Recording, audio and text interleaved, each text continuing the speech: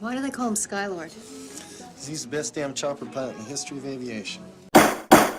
Welcome to In Defense Of, making the case for overlooked, forgotten, or derided movies in 5 minutes or less. If you don't have 5 minutes, here's 5 seconds.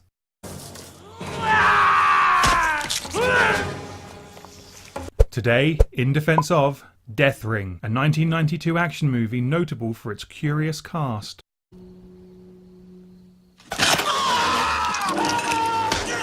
Matt Collins, ex-Special Forces, is kidnapped alongside his girlfriend Lauren by order of Danton Vax. On his private island, Vax offers hunting trips with a twist. Humans are the prey, and Collins' military background makes him perfect for the next hunt. Trapped on the island and stalked by an armed crew who have paid for the privilege to kill, Collins must survive, save Lauren, and hope his pilot buddy Skylord can find him before it's too late.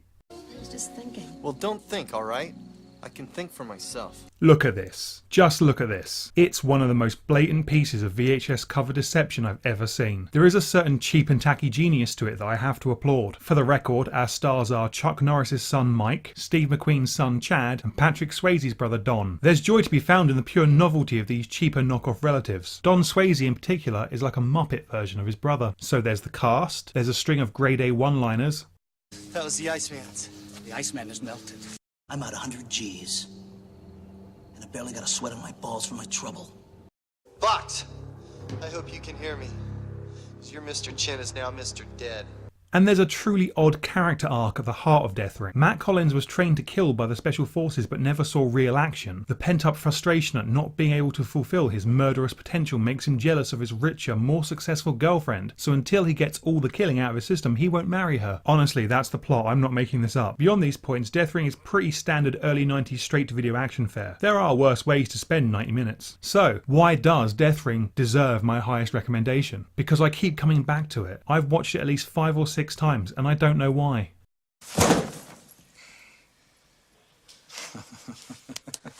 Death Ring is a crappy straight-to-video action vehicle conceived by Mike Norris for Mike Norris. It was released in a period where PM Entertainment and New Image were saturating the market with titles low on plot but high on quality action set pieces. See my review on Rage for more on that. Even among the straight-to-video action market of its time, Death Ring is lost in the shuffle with only its gimmicky cast to help it stand out. Despite its deficiencies, and there's definitely more bad than good, I've revisited Death Ring numerous times in the 15 or so years since I first saw it. It's one of those action movies that has very little actual action, and what exists is generally poor quality. Mike Norris is not his father. I don't even think he's a Daniel Bernhardt or a Lauren Avedon. Maybe it's because he's stuck in a pair of tight-fitting jeans the entire movie, but his martial arts ability is sluggish and limited. Every one of his fight scenes are basic back and forths, kick here, punch there. Without martial arts credentials to convince us that he's a legit action hero, the movie spends way too much time trying to persuade us instead.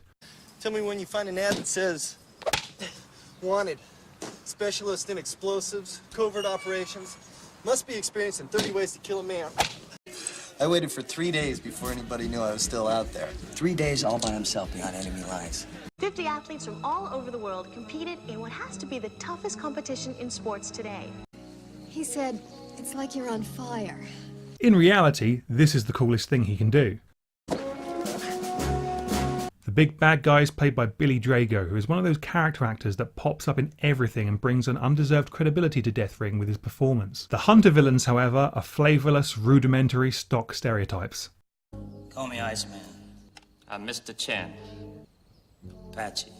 The Native American is called Apache. That is literally the laziest, most obvious codename for a Native American character that anyone could come up with. Why doesn't he get to be Iceman? The Chinese guy doesn't even get a codename. He's just Mr. Chen. Clearly the filmmakers had spent all their energies coming up with Apache and couldn't invent a second toddler little ethnic stereotype name. Don't worry, Mr. Chen, I've got you covered. You can be Dragon. None of these guys are even slightly threatening unless you're scared of neon teeth, so they all get weapons to compensate. Not that any of them are actually used competently, so don't get too excited. I don't know where my affinity for Death Ring comes from. It is not a good action film, and it's not even so bad it's good. I do think it's entertaining, but I'm not sure that anyone else would agree with me. It's just kind of there, and no one's looking at it, and I'm compelled to draw attention to its existence.